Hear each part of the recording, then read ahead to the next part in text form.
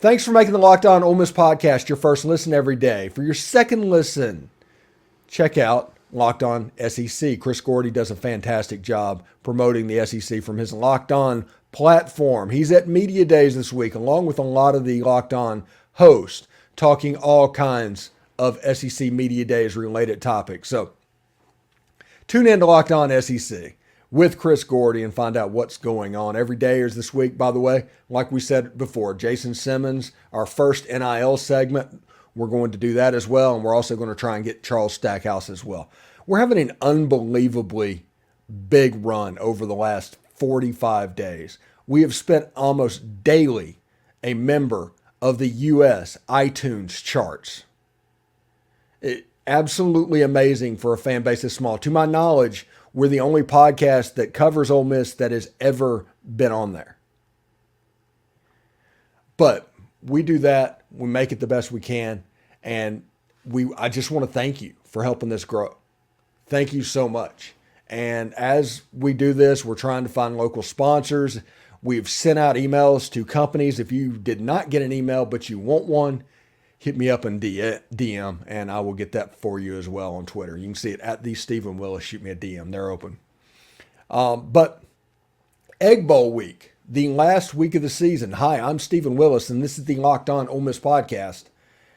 And the Egg Bowl is set up to be the game that Ole Miss fans least want to lose. It's not the game they most want to win. That's LSU. This is the game they least want to lose. And on the other side, everything is based around Ole Miss. It just is. And I don't respect them. I don't necessarily care about what they're doing. I don't necessarily care about anything on the other side of this rivalry. It just doesn't affect me at all. What I care about is where Ole Miss is. Now, if you want to look at Mississippi State, this is a different situation because they are trying to replace just a coaching legend. Both of us in the family were huge Mike Leach fans. Becky actively quotes him, "Swing your sword." I've read the book. I've just enjoyed following Mike Leach over the years. But I don't feel necessarily the same way about Mississippi State. And whenever you look at teams that run that air raid stuff, it's kind of like jet fuel, and it generally takes them a year or two to system change. Now, it'll be a little bit quicker with the transfer portal. Now, if you look at the offensive side of the ball and the keys of the season, more downfield passing.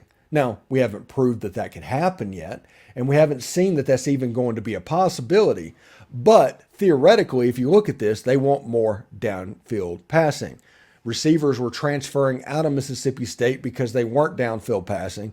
Was that because of just what Mike Leach did, or is it something else, something more fatal that we might not know about? Now, if you look at the offense side of the ball, he does have the receivers who can make this work. The leading yardage guy, Ra Thomas, went to Georgia. Rufus Harvey, I think, is in the transfer portal. And Tulu Griffin are decent mid-range targets. But, I mean, there's no superstars on that side of the ball. Tight ends, they had to go find because there was none on the roster. Of course, one massive plus of this team is that most everyone is back on the offensive line, so they can kind of all learn how to run block together. And the backs are in place too with Dylan Johnson, who went to Washington, but Jaquavius Marks and Simeon Price and Penn State transfer Kevon Lee, they're about to see a whole lot of work. Now, the offensive coordinator has come in from Appalachian State. He ran that system, so expect a lot of the stretch plays and a lot of the offense that Chase Bryce ran with that Mountaineer offense last year. You would see a similar version of that. It'll look a little bit different than you're used to with Mississippi State seeing that side of the ball, but they're going to attempt to do that. Now, I do think offensively, by the time Ole Miss plays Mississippi State, the quarterback in that game will be Mike Wright, in my opinion. You can clip this, do whatever you want to do. I do think by the Egg Bowl, Mike Wright will be the quarterback of the Mississippi State Bulldogs. And that isn't necessarily a thing towards Will Rogers. It's just whenever a quarterback that is in that system and so ingrained with what they're doing, they don't really go from system to system.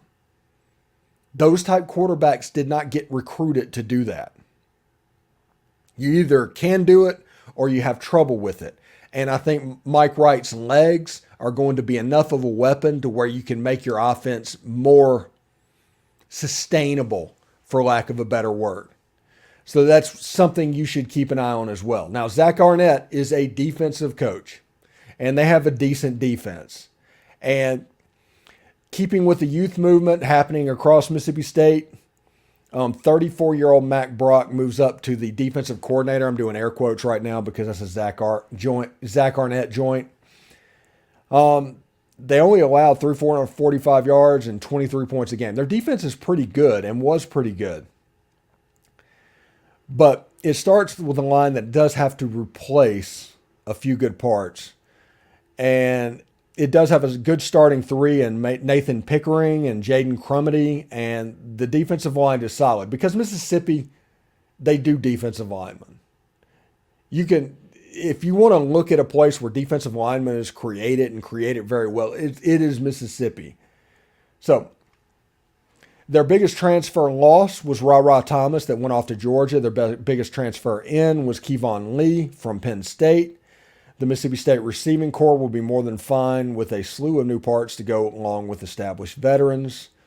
The only real problem at Penn State was he wasn't Nicholas Singleton or Katron Allen, two freshmen that came and basically took his job. That's the reason he left.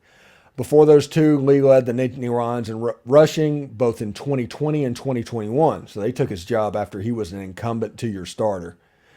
Mississippi State is already strong at running back, but again, with the Appalachian State style under Barbie, there will be more of a steady rotation of runners. If you look at the key players, this is embarrassing.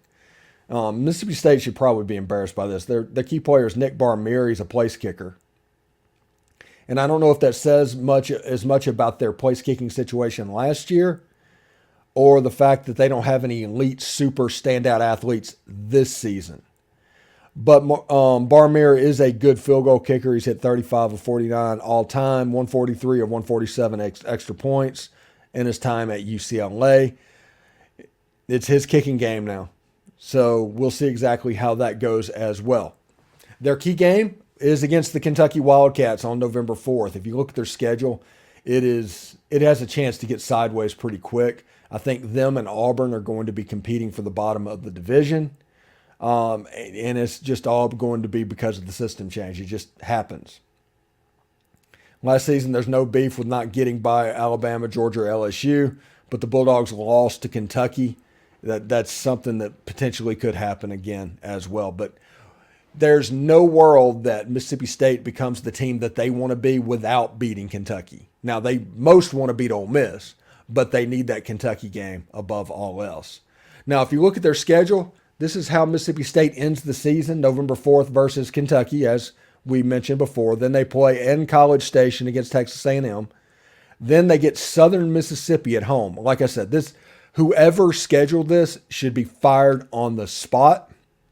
And then they get Ole Miss and Starkville on Thanksgiving night 5 days later. Southern Mississippi is going to be so jacked up for that game.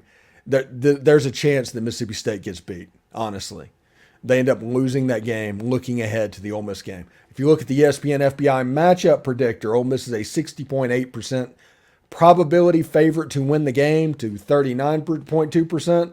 If you want to know what that means, if they played 100 times, Ole Miss would win 60.8% of them to losing 39.2% of them. Just kind of is what it is. Now, one thing that is very interesting going on, our season predictions are over. Our W's and L's, we made it through. My season prediction for Ole Miss this season is 9-3. And that's with a game that they should win at Auburn, losing that game, and a game that they are favored to lose, winning that game. So I'm trying to figure out how the season goes and everything. But 9-3 is my prediction. If you look over at the FPIs on there, you can see that it's not necessarily there's not a coin flip game on the schedule. But the 60% games, the 66% games, Those 4 games are the ones that are the closest, I guess, to the middle. But you have to basically really stretch to make those a toss up. But I'm pretty fired up about that. Now, the way this goes and everything, Ole Miss should be a 7 to a 10-point favorite over Mississippi State as of right now.